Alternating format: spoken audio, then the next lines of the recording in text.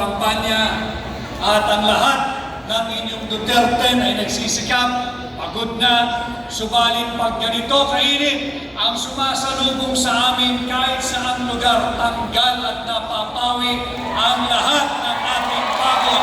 Yes!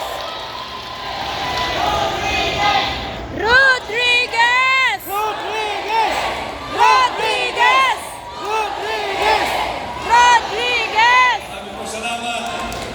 At ang lagi hong gabay, kanina nag-uusap po kami ng isa din nating kasamahang senador, si Senador J.V. Hinlo at si Senador ang kinatawan ni Senador Pastor Apollo Quiboloy, si Atty. Bobet Torion.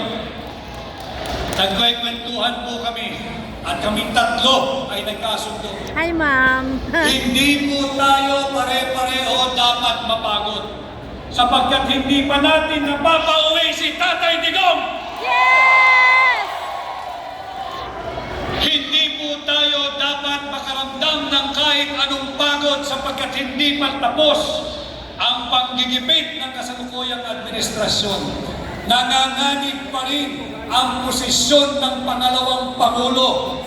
Meron pa rin pagtatangkang nakawin ang posisyon ng pangalawang Pangulo mula kay Vice President Inday Sara Duterte.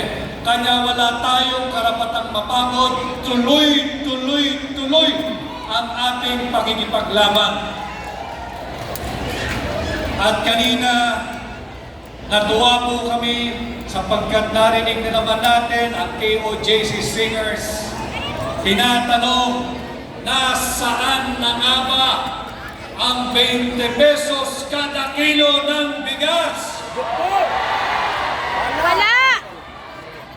Hindi ho siya wala na. Magtatatlong taon na wala pa.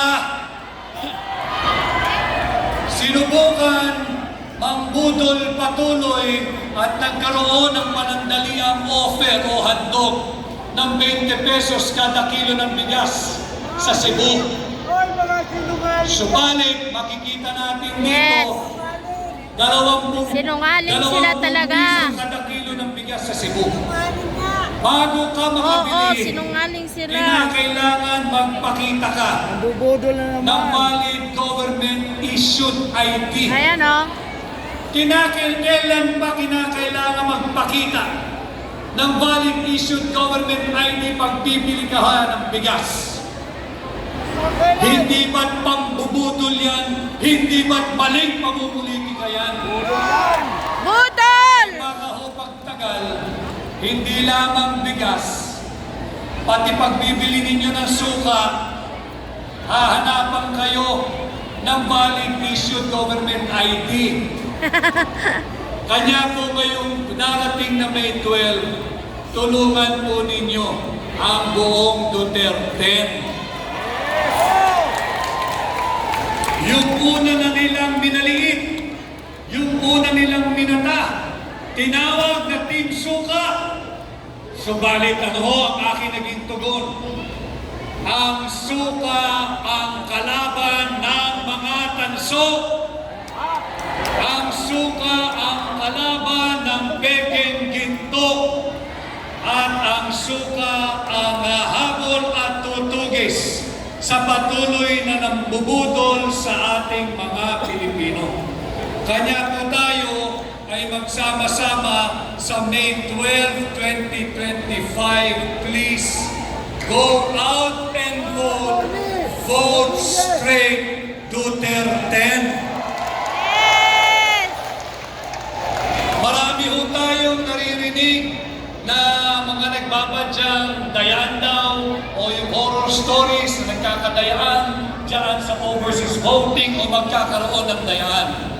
Ang aking pong pakiusap ni Senador Pastor Apollo C. Quiboloy, ang pakiusap ni Senador J.V. Hinlo, pagdating po ng halalan, ang dami ko na nakikita, suot-suot nyo na. Siguraduhin nyo lang, nalalaban nyo yan ng May 11 at isusuot nyo ulit. Magsuot po tayo ng berde pagdating ng May 12 sa ating pagboto. Ating labanan ang napipinto, yung kwentong dayaan, ating labanan yan.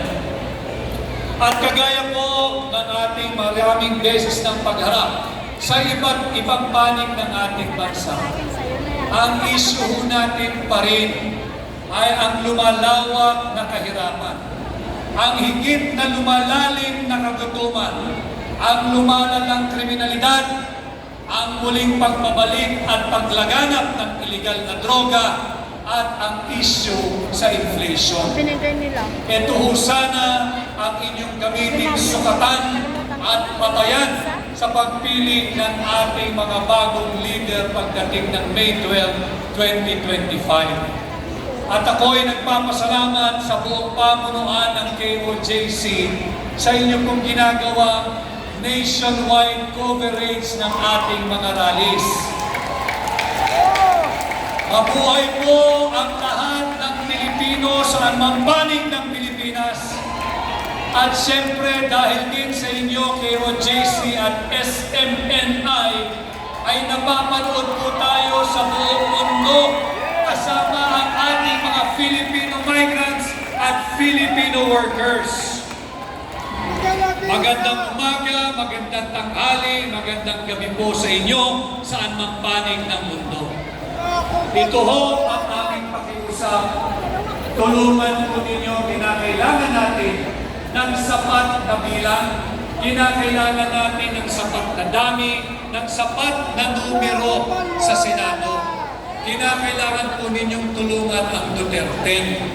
At huwag din po natin kalilimutan yung mga kababayan natin na kasubaybay ngayong gabi. Huwag po natin kalimutan sa iba't ibang distrito ng Pilipinas, sisantihin na po ninyo lahat ng kongresistang pumirma dyan sa illegal na impeachment complaint laban kay Vice President Inday Sara Duterte. Magpalit na po kayo ng bagong kinatawan, sisantihin na po ninyo sila sa May 12 at maglagay tayo ng bago sa Kongreso. By now, I know most, if not all, meron ng desisyon, may napili na po tayo kung sino yung ating mga tutulungan. At ramdam namin sa Duterte, sa lahat ng panig ng Pilipinas, hindi na maaawat ang sigaw ng sambayan ng Pilipino, ating pauwiin sa lalong madaling panahon si Tatay Digong. Yes! Ating proteksyonan ang ating demokrasya, ating proteksyonan si Vice President Inday Sara Duterte. At tulungan din ho natin, siyempre, ang number 53 sa balota, Senador Pastor Apollo C. Quiboloy. Unang naging biktima ng injustisya sa ating bansa. Subalit, hindi nagpapatinag, hindi nasisira ng loob, hindi na mabawasan ang pagmamahal sa bansa.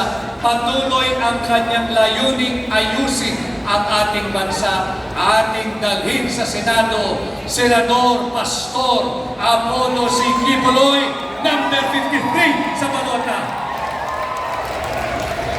At ganun din ang ating amigo, mahusay na abogado, ang kinakailangan po natin sa Senado, yung marunong sa batas, sapagkat ang trabaho ng mambabatas ay hindi magbudbud ng ayuda. Ang trabaho ng mambabatas ay hindi magbudbud ng AIX. Ang trabaho ng mambabatas ay magbalangkas ng batas. Gumawa ng batas, mag-amyenda ng batas. Kinakailangan natin yung nakakaalam, kinakailangan natin yung marunong, kinakailangan natin yung mahusay na abogado.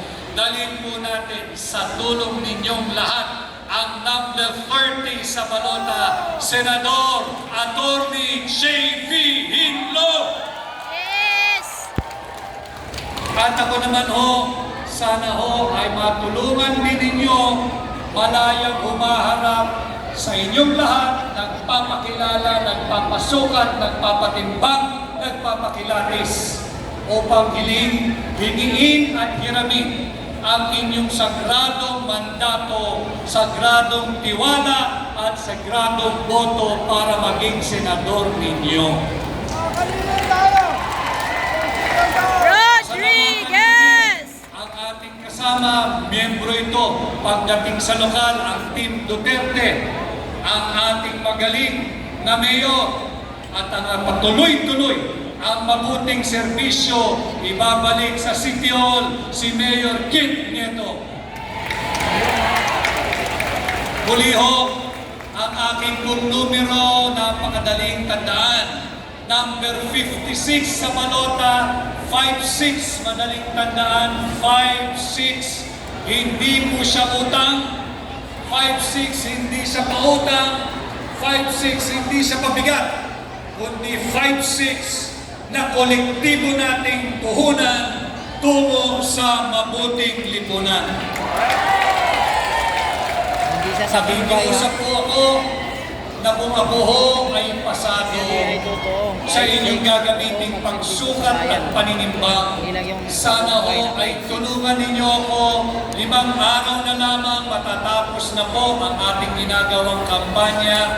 Sana ho ay tulungan ninyo akong patuloy ipakampanya, ipakilala sa inyong kamag-anak, kaibigan, kapitbahay, kaprobinsya, kilalang Pilipino sa anong bahagi ng mundo. Tulungan po ninyo, number 56 sa balota, Atty. Vic Rodriguez, Pilipino, abogado, maisog. Maraming salamat at magandang gabi po sa ating lahat. Rodriguez! Rodriguez! Rodriguez! Number 56 sa balota, Senator Vic Rodriguez! Rodriguez!